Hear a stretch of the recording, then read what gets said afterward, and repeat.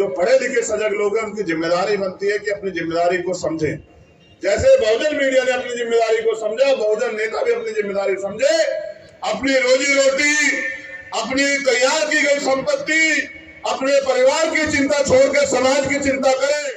इस देश में सड़कों से नारे लगते हैं और कानून सदनों से बनते हैं।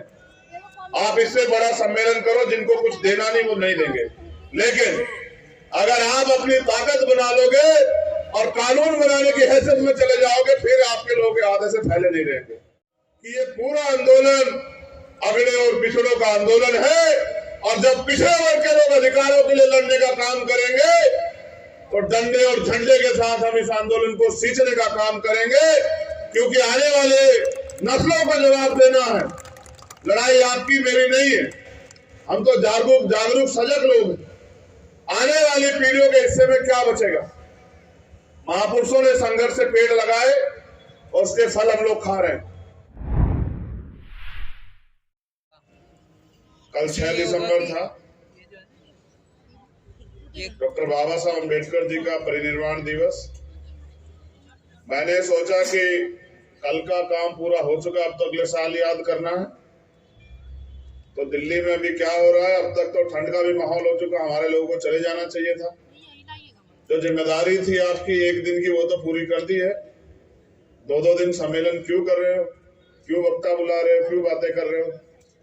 अब तो 364-65 दिन बाद जागना है।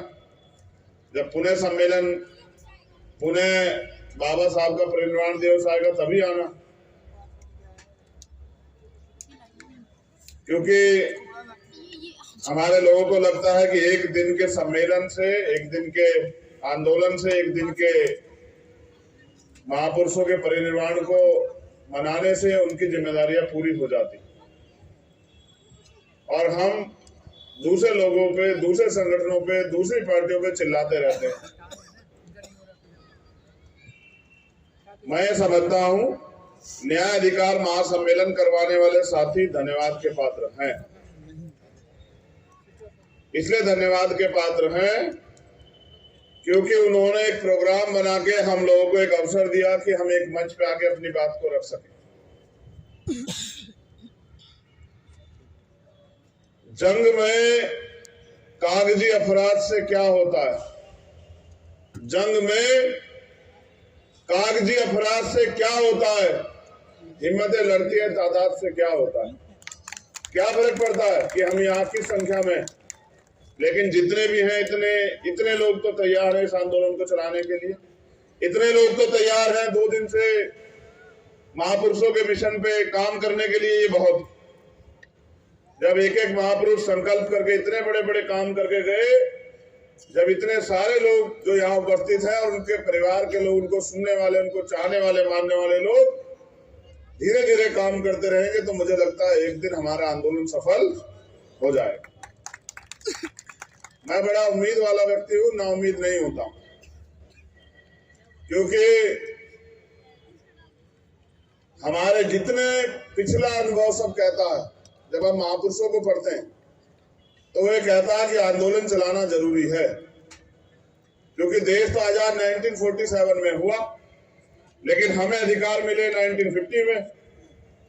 तो 1950 के बाद जो आगे अधिकार मिले संविधान में तो लागू थे, लेकिन प्रैक्टिकली लागू नहीं हुए, वो सब आंदोलन से मिले। इसलिए आंदोलन चलाना चाहिए, और आंदोलन क्यों चलाना चाहिए, इसके लिए समाज को तैयार करना चाहिए, समाज को समझाना चाहिए, क्योंकि परंपरा है महापुरुषों को याद करने की। तो आज के इस मंच से मैं फूले, साहू, अम्बेडकर, पेरियार, मान्यवर काशीराम, मामना रामसु वर्मा, बाबू जगदेव प्रसाद, जननायक कर्पूरी ठाकुर, माँ सावित्रीबाई फूले, माँ रमाबाई, सबको नमन करता हूं, क्योंकि जैसे जैसे मौसम और ठंडा होगा, ठंड बढ़ती जाएगी, और जब ठंड बढ़ेगी तो हमारे लोगों को सबसे पहले, क्योंकि अभाव में रह गए लोग, सताए गए लोग, लोकतंत्र में आस्था रखने वाले लोग, उम्मीद वाले लोग, उनके ऊपर परिवार की जिम्मेदारी को, घर के बारे में भी सोचेंगे, तो मुझे लगता है 1-1.5 घंटे 2 घंटे के भाषण से कुछ नहीं होने वाला। चंद मिनटों में जो मुद्दे हैं, मैं पूरी जिम्मेदारी से इन सभी मुद्दों का समर्थन करता हूं। इन सभी मुद्दों पे हमारा समर्थन है और जब भी इस मुद्दों को लेकर कोई भी कार्यक्रम होगा, हम अग्रणी श्रेणी में रहेंगे, चाहे आंदोलन हो या कार्यक्रम हो। जब भी हमें याद किया जाएगा, हम सबसे आगे रहेंगे। पिछले 2 दिनों में मुझे बताने में कोई हर्ज नहीं है, क्योंकि 6 दिसंबर को पूरे भारत में अपने अपने घरों पे तमाम संगठन, पार्टी चलाने वाले लोग अपने अपने मुख्यालयों पे कार्यक्रम करते हैं, इसलिए 6 तारीख में ज्यादा लोग नहीं जुटे। और 7 तारीख में आज दिल्ली में हमारे जो लोग हैं, क्योंकि उन्होंने नगर पालिका का नगर निगम का चुनाव लड़ा है, वो सब लोग गिनती में बिजी हैं। वो सब लोग आज अपने संघर्ष की जो है समाज ने जो उनको दिया है उसके ऊपर निर्भर है। इस वजह से ज्यादा योगदान हम लोग इस प्रोग्राम में नहीं कर पाए। लेकिन मैं आयोजक साथियों से भी कहूंगा, पुणे जब वो कोई कार्यक्रम करे, हौसला न त्यागे, एक बार चर्चा विचार करके करें। तो मैं पूरी जिम्मेदारी से कहता हूं कि समाज बहुत बलवान है, समाज बहुत ऊर्जावान है। एक नहीं, हजारों ऐसे उदाहरण, चाहे 2 अप्रैल का हो, चाहे यहीं का जब दिल्ली में रविदास गुरु घर टूटा, तमाम उदाहरण है कि हमने बहुजन समाज के लोगों ने अपने झंडे और झंडे का सम्मान रखा, अपने आयोजकों का भी सम्मान रखा। उन्हें सभी वक्तागणों के जो संदेश और संदेश दोनों पे अपनी बात को आगे बढ़ाते हुए, मैं समझता हूं वाकई में हालात नाजुक हैं और इन हालात नाजुक में हमें एकता के अलावा कोई चारा दिखाई नहीं देता। अल्पजन बन के एक जाति के साथ खड़े रह के शायद हम कामयाब ना हो पाए, लेकिन अगर हम महापुरुषों के संदेश को समझे और पुनः बहुजन समाज के लोग एकजुट हो जाए, तो शायद भारत में हमारे जो आज वजूद की लड़ाई लड़ी जा रही है, आने वाली पीढ़ियों पे क्या बचेगा इसकी लड़ाई लड़ी जा रही है, तो शायद हमारी लड़ाई कामयाब हो जाए। मैं तो आंदोलन चलाने वाले सभी साथियों में उम्र में सबसे छोटा हूं, लेकिन मेरा प्रयास रहता है कि मैं कभी भी अपने कार्य से निराश ना करूं। मैंने तो सीखा ये है और यही सिखाया है कि जब भी जहां भी जरूरत पड़े, तन मन धन से तैयार रहना, अपने लोगों को निराश मत करना। और मैं अभी भी इस प्रयास में लगा हुआ हूं कि राष्ट्रीय स्तर पे बहुजन समाज के लोगों में एकता बने, और मुझे लगता है कि ये प्रयास भी आने वाले समय में सफल होंगे। लेकिन निराशा इस बात की है कि भारत में महापुरुष भी बताए, संविधान भी कहता है कि लोकतंत्र है, लोकतंत्र में जिनका वोट होता है उनका राज होता है। लेकिन भारत के लोकतंत्र में जिनकी संख्या ज्यादा है, उन पे अन्याय अत्याचार भी ज्यादा है और वो अधिकारों से भी सबसे ज्यादा वंचित है। इस मंच पे ये नाम नहीं बैठे, विचार बैठे हैं, व्यक्ति नहीं बैठे, संदेश बैठे हैं। मैं इस मंच का पूरा सम्मान करता हूं, क्योंकि हम उम्मीद को रखने वाले लोग हैं, हमारे कंधों पे बड़ी जिम्मेदारी है। तो मैं आपसे अनुरोध करता हूं कि अपनी एकता को बना के रखिए। हम सब लोग, जैसा हमारे जिम्मेदार साथी ने कहा कि पूरा आंदोलन बैकवर्ड और फॉरवर्डों के बीच है, और आंदोलन अधिकारों का है, ना धर्म का है, ना जात का है, हिस्सेदारी का।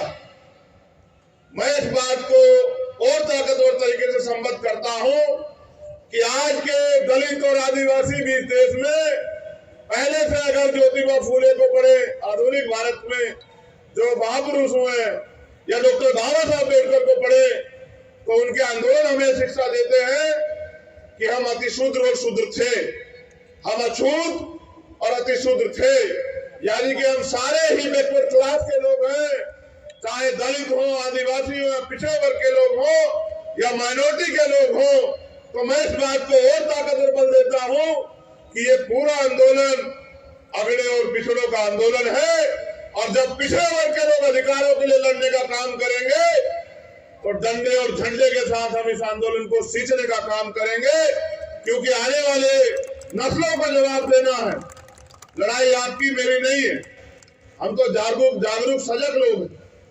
आने वाली पीढ़ियों के हिस्से में क्या बचेगा? महापुरुषों ने संघर्ष से पेड़ लगाए और उसके फल हम लोग खा रहे हैं। आज अगर प्राइमरी स्कूल के हेडमास्टर का बेटा यहाँ खड़ा होकर बोलता है तो ये महापुरुषों के संघर्ष, बलिदान, त्याग के जो कारण जो हमें फल मिले हैं, जो अधिकार मिले हैं संविधान में, ये उनकी देन है। अगर वास्तविकता में ये अधिकार चले गए तो शायद कभी किसी हेडमास्टर छोड़िए IAS IPS का बेटा भी यहाँ खड़ा होकर नहीं बोल पाएगा।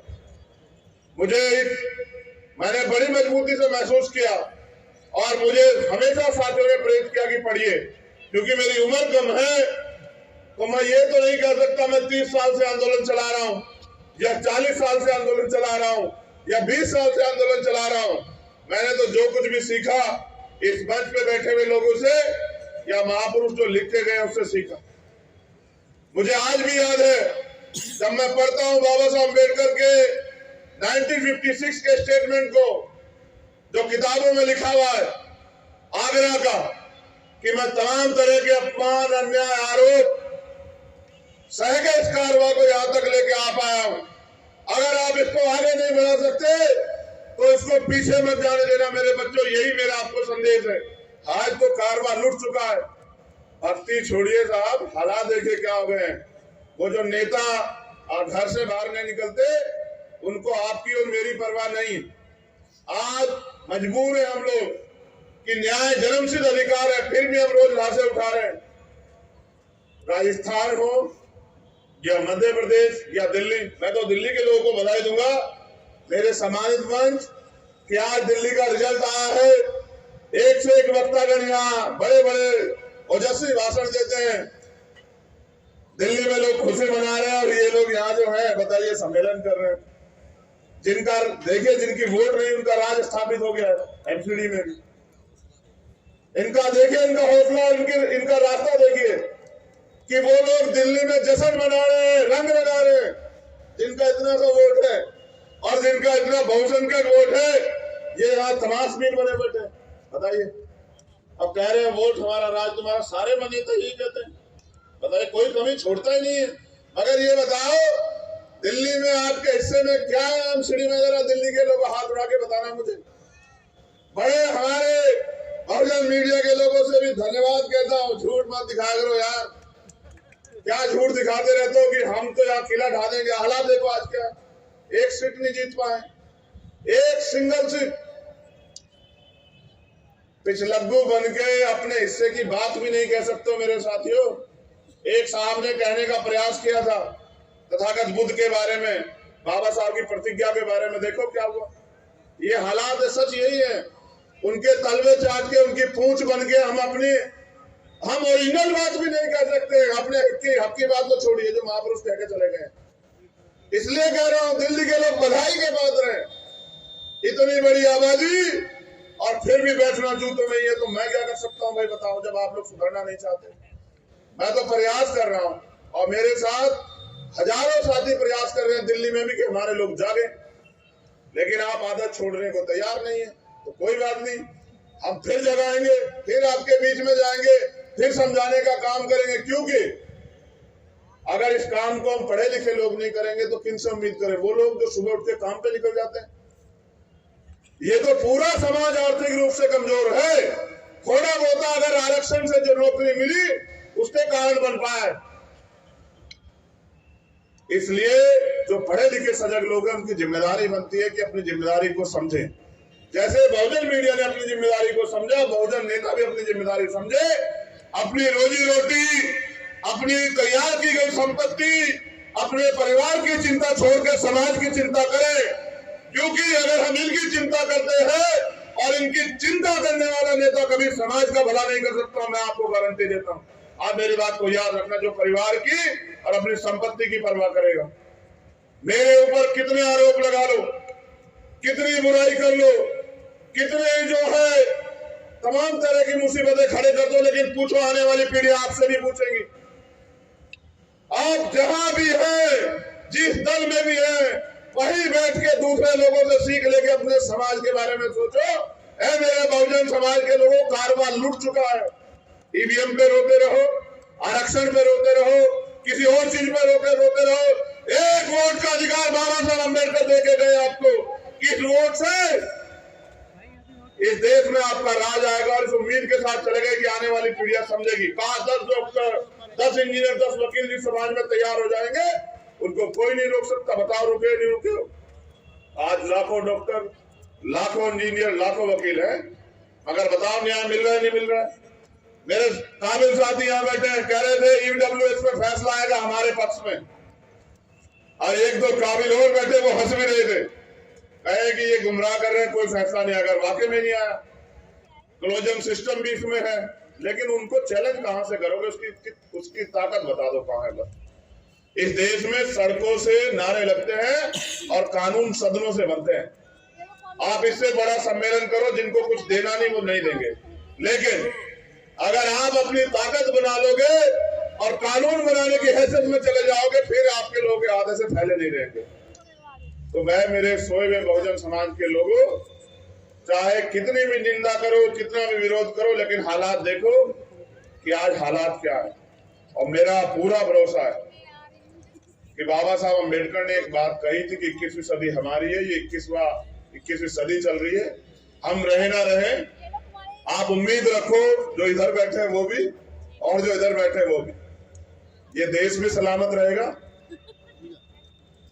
हमारा राज भी आएगा, और महापुरुषों का सपना पूरा। क्योंकि बाबा साहब अम्बेडकर झूठे नहीं हो सकते, उनकी औलादे झूठी हो सकती है, नालायक औलादे, सच्चे औलादे भी झूठी नहीं है, और बाबा साहब अम्बेडकर भी झूठे नहीं। अगर ज्यादा लोग नहीं कर रहे हैं, कुछ तो कर रहे हैं, और जो दांव में लगा के कर रहे हैं, उनका बहुत बहुत धन्यवाद। पुनः आयोगों का धन्यवाद। इस उम्मीद के साथ कि सजग रहिए, जिम्मेदार बनिए, अपनी जिम्मेदारी को समझिए। जो महापुरुषों के आंदोलन से आपको मिला है, उसके बाद आपकी जिम्मेदारी बनती है कि समाज की जिम्मेदारी भी आपकी है। पुनः फिर मुलाकात होगी। जय भीम, जय भारत, जय मंडल, जय संविधान, जय जोहार, नीला सलाम। धन्यवाद।